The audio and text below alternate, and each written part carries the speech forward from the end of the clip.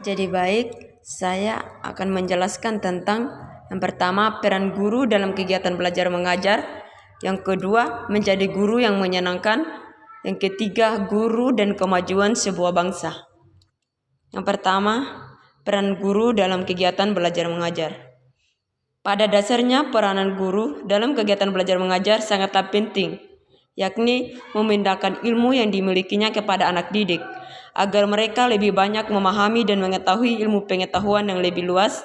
Menurut Syaiful Bahri Jamara mengatakan bahwa peranan guru sebagai pengajar pendidikan pembimbing maka akan terbentuk pada yaitu yang pertama korektor. Sebagai korektor, guru harus bisa membedah mana nilai yang baik dan mana nilai yang buruk, di mana nilai yang buruk harus disingkirkan dari jiwa anak didik dengan cara membimbing dan memberikan arahan yang lebih baik. Nah, dari korektor ini, guru harus menilai mana siswa yang baik dan buruk, dan jika ada siswa yang buruk, guru akan memberikan arahan kepada siswa sehingga siswa itu akan dibimbing ke arah yang lebih baik. Yang kedua, inspirator. Sebagai inspirator, di mana guru harus bisa memberikan ilham yang baik bagi kemajuan belajar anak didiknya. Contoh, memberikan bimbingan atau arahan untuk bisa melepaskan masalah yang dihadapinya. Misalkan di dalam kelas ada siswa yang bakalai atau ada siswa yang tidak saling menghargai. Guru yang memberikan arahan kepada kedua siswa atau siswa yang masalah, memberikan arahan yang lebih baik sehingga mereka jangan berkelahi atau saling menghargai di dalam kelas. Yang ketiga, informatori. Sebagai informatori, di mana guru harus mampu memberikan informasi yang tepat pada siswa-siswi, terhadap di mana guru adalah seorang yang mengerti apa kebutuhan anak didik dan mengabdi kepada anak didik. Yang keempat, organisator. Sebagai organisator, guru memiliki peranan tersendiri yang di dalamnya guru tersebut selalu bermusyawarah dengan peserta didik demi tercapainya kegiatan belajar mengajar yang efektif, yaitu dengan cara menerapkan tata tertib sekolah. Misalkan di dalam sekolah, sebagai siswa harus mentaati peraturan yang ada di dalam sekolah atau yang ada di sekolah. Misalkannya harus taati peraturan menjaga kebersihan sekolah, menjaga kebersihan kelas, mentaati peraturan tepat waktu. Nah, yang keempat, organisator. Sebagai organisator, guru memiliki peran tersendiri yang di dalamnya guru tersebut selalu bermusyawarah dengan peserta didik demi tercapainya kegiatan belajar mengajar yang efektif, yaitu dengan cara menerapkan tata tertib sekolah. Yang kelima, motivasi. Sebagai motivator, guru harus berperan penting atau bertanggung jawab penuh dalam memberikan motivasi kepada peserta didik. Contohnya, memberikan kata-kata motivasi yang bisa membangun semangat peserta didik tersebut sehingga dalam dirinya tumbuh rasa percaya diri. Nah, misalnya di dalam sekolah atau pada saat guru melakukan kegiatan belajar mengajar, pada saat mengajar guru pasti memberikan motivasi kepada siswanya sehingga siswanya diberikan arahan yang lebih baik untuk ke depannya. Yang keenam, inisiator. Dalam peranan, guru harus dapat menjadi pencetus ide-ide kemajuan dalam pendidikan dan pengajaran. Yang ketujuh, fasilitator. Guru hendaknya menyediakan fasilitas yang memungkinkan kemudian kegiatan belajar anak didik sehingga akan tercipta lingkungan belajar yang menyenangkan bagi anak didik. Yang kedelapan, pembimbing. Guru sebagai pembimbing sangatlah diperlukan di mana saat anak didik belum mampu berdiri sendiri atau mandiri, di mana pada saat itulah guru menjalankan tugasnya, yaitu mengarahkan anak didik untuk menjadi manusia dewasa. Yang kesembilan, pengolahan kelas, yaitu cara seorang guru menghidupkan kelas bukan semata-mata hanya memberikan materi, tetapi juga guru harus bisa menyesuaikan diri dengan cara bercerita atau membahas yang tidak termasuk dalam materi, di mana cerita tersebut hanya merupakan selingan sehingga anak didik akan merasa nyaman dan meminati guru tersebut. Misalnya di dalam kelas sebagai seorang guru harus bukan hanya mengajar saja, dan juga guru itu harus bercerita. Misalkan apalagi kalau siang-siang pasti siswa-siswinya mengantuk. Nah, guru bercerita atau tertawa-tertawa di dalam kelas, begitu biar siswanya tetap semangat.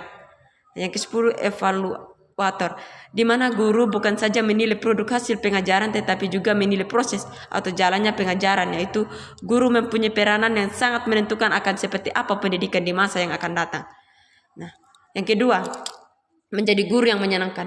Menjadi guru yang menyenangkan tidaklah mudah dan tidaklah terlalu sulit. Bagi seorang guru terdapat dua bagian sifat dari guru. Yaitu pertama, memiliki sifat-sifat pendidik yang mampu membangun watak serta mendidik anak menjadi lebih baik. Yang kedua, menggunakan metode pembelajaran yang bervariasi sehingga peserta didik tidak mengalami kejenuhan atau merasa bosan dalam proses pembelajaran. Itu yang pertama. Pengertian guru didedikasikan untuk seorang yang memiliki peran penting dalam dunia pendidikan. Sifat-sifat guru itu yang pertama, ikhlas. Seorang guru harus menanamkan sifat ikhlas. Yang kedua, jujur. Jujur itu adalah penyelamat bagi guru di dalam dunia akhirat. Yang ketiga, adil. Guru harus bersikap adil dan mewajibkan hambanya untuk berlaku adil terhadap kerabat dekat ataupun jauh. Yang keempat, akhlak mulia. Akhlak adalah sikap yang terpuji yang harus dimiliki oleh seorang guru. Yang kelima, berani. Guru itu harus mampu berani di dalam kelas. Misalnya pada saat mengajar, guru atau harus mampu atau berani untuk menyampaikan materi kepada siswa. Yang keenam, jiwa, humor yang sehat. Dampak positif yang ditimbulkan dari seorang guru adalah terciptanya suasana nyaman di ruang kelas ataupun pertemuan tertentu. Nah, di dalam kelas guru itu ditimbul dan terciptanya suasana nyaman di dalam kelas, harus nyaman pada saat belajar mengajar. Begitu. Yang ketujuh, sabar dan menahan amarah. Kesabaran itu adalah alat yang paling baik bagi seorang guru. Nah, seorang guru harus sabar dalam menghadapi siswa-siswinya pada saat belajar mengajar. Nah, yang ketiga, metode guru menyenangkan. Terdapat beberapa metode. Itu yang pertama, pengkondisian suasana belajar. Meminta untuk mengingatkan. Yang kedua, menyerah. Yang ketiga, perintah menyimak dan diam secara tidak langsung. Yang kedua, berinteraksi secara aktif atau active interaction. Interaksi pendengaran. Pertama, teknik berbicara atau prestasi dan penjelasan. Nah, teknik berbicara. Misalkan pada saat guru mengajar, suaranya harus bagus, jelas, sehingga muridnya juga dapat dengar dengan baik dan siswa-siswi dapat memahaminya. Yang kedua, tidak bertele-tele dan tidak terlalu bernada puitis.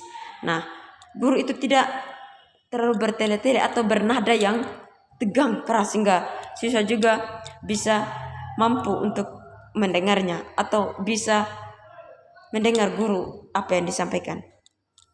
Yang ketiga, memperhatikan intonasi.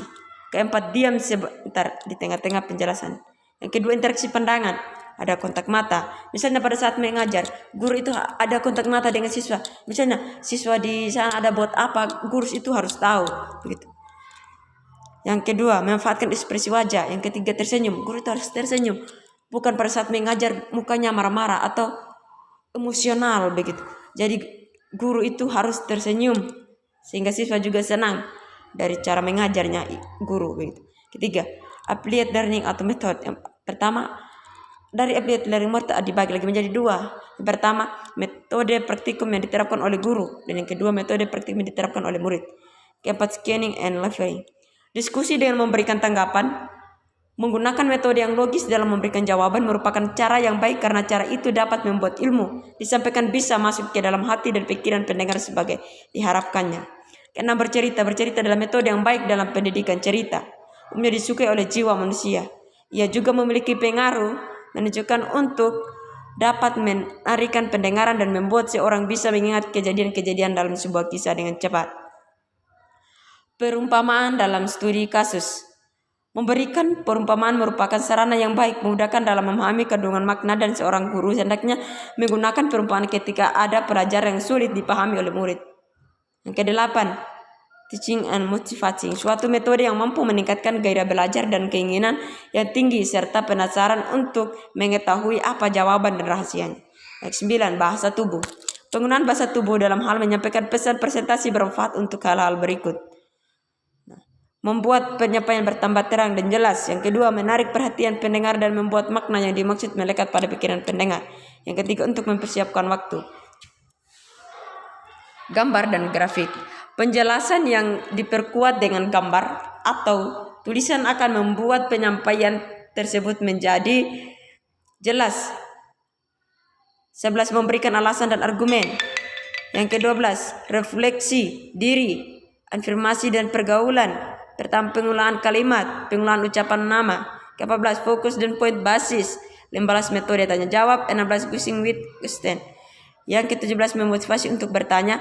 Misalkan dalam pada saat guru belajar mengajar, harus memotivasi siswa yang mau bertanya. Misalkan ada siswa yang mau bertanya kepada guru, begitu harus memotivasi bagaimana bertanya yang baik.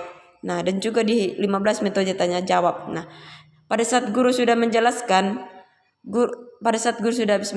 pasti guru akan memberikan pertanyaan kepada siswa, siapa yang mau bertanya dan siapa yang tidak mau bertanya. Nah, pasti siswa ada yang menjawab, ada yang mau bertanya dan ada yang tidak mau bertanya.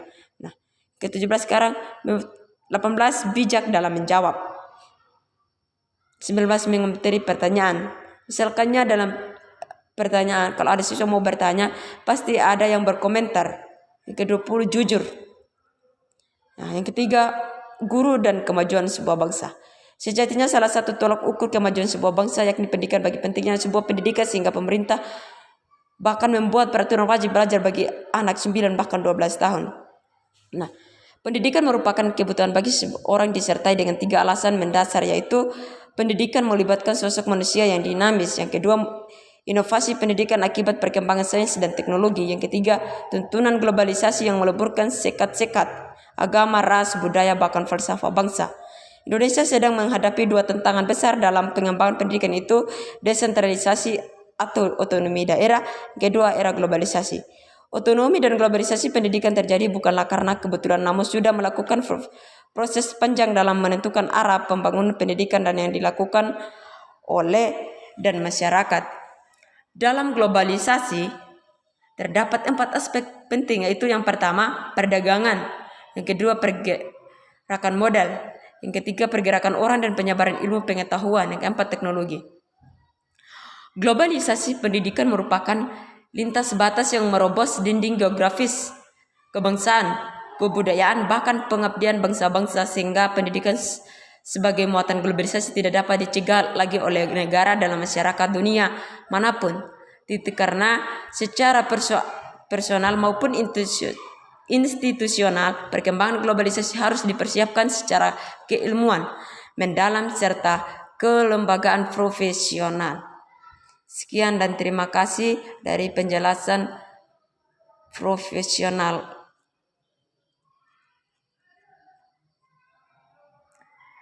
profesi keguruan.